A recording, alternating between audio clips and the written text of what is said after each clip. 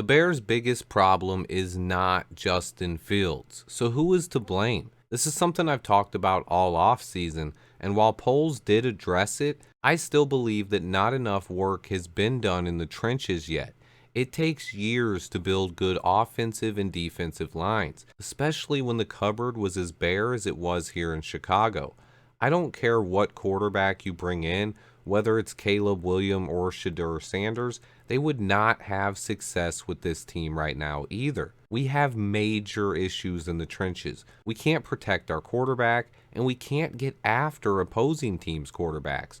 Through 3 games, our defense has recorded just one single sack. They have pressured quarterbacks over 30 times, but they cannot finish even when they get there. But even worse, most of the time, they give the quarterback all day to just stand in the pocket. The announcer even commented at one point yesterday that Mahomes had time to bake a cake in the pocket. Realistically, we need to take a pass rusher with our first pick next year, and we also need to draft a center and get more help on this offensive line. But let me talk specifically about Justin Fields here. Teams draft quarterbacks to develop them.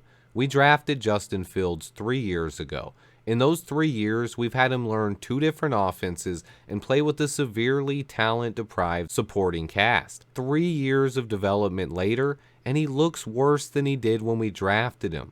That is not on the player, that is on the coaches. We have never developed a quarterback in the history of this franchise. And then we finally drafted a guy who has the talent to fix our QB position long term, and we are wasting him.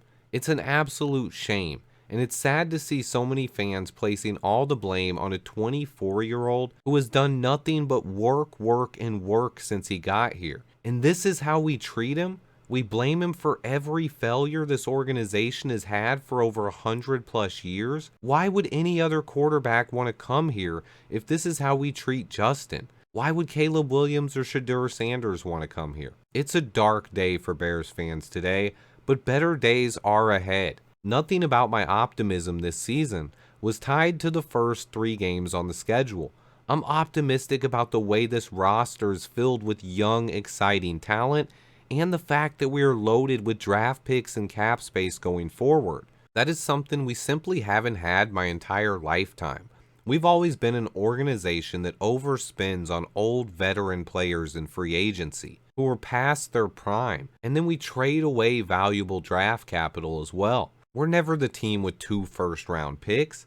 Things really are different now. But not having any veterans and being a team this young and also having rookie coaches and coordinators is causing this team to take way too long to figure out how to win. I am not sold on this coaching staff. I have some blind faith and optimism based on the results from last season, which gave me hope. We led the NFL in rushing with a bad roster, but so far this year, Luke Getsy has looked over his head as a play caller. Defensive coordinators adjusted to Luke Getsy, and he's not been able to figure out new ways to call plays. And then our defense with Matt Eberflus. Ryan Poles traded away Roquan Smith and invested a ton into this defense based on what Matt Eberflus wanted to run his defense. Poles brought in Jaquan Brisker, Kyler Gordon, Tyreek Stevenson, Tremaine Edmonds, TJ Edwards, Yannick Ngakoue, Gervon Dexter, Zach Pickens, DeMarcus Walker, and Andrew Billings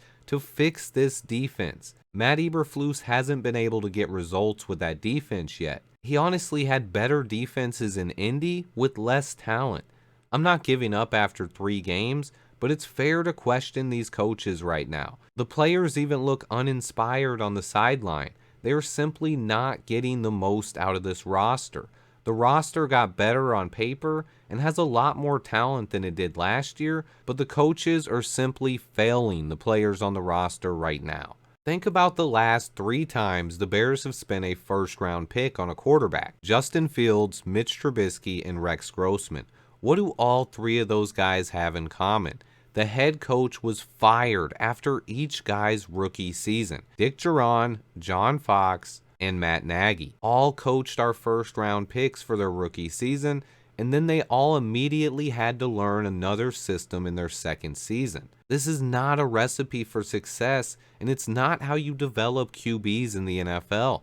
So honestly, even if we drafted Caleb Williams next season, what would happen? It would most likely mean that the staff blamed Justin Fields for the season's problems, and Matt Eberflus would probably stick around.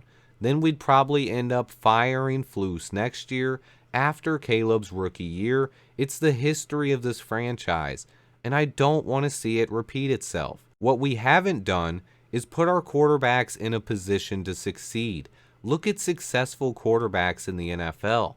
They all have good offensive lines, or at least plenty of proven weapons on the perimeter, and good defenses. Through 3 games, Justin Fields has not been good.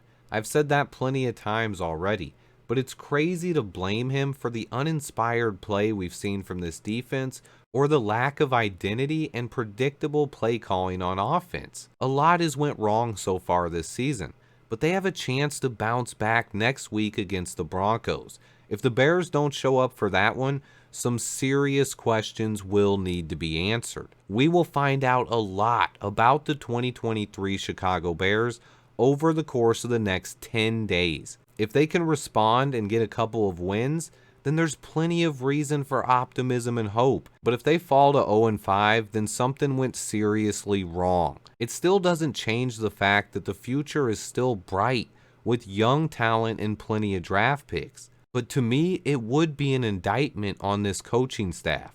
I'll say this, if we go 0-5, something needs to change after the mini bye week. The Bears have never fired a head coach in mid-season in the entire 100+ years of this franchise history. Could Kevin Warren change that? It's doubtful, but man, if they don't turn it around, something needs to change. The Bears are going to play twice in the next 10 days, and then after that, they're going to have 10 days to reflect before they play the Vikings. I need to see a more inspired effort this Sunday, and this team needs to show up, period. There are no excuses against the Denver Broncos at home. This game is telling, but they won't have time to think about it afterwards because we have another game 3 days later against the Commanders. So buckle up, guys. This ride could get bumpy, but keep your eyes on the prize, and hopefully this team will respond with a big win against Russell Wilson and the Broncos. Thanks to everybody who watches. I know it's tough right now. 0-3 sucks. Please hit that like button for me. Stay tuned, and until next time, bear down.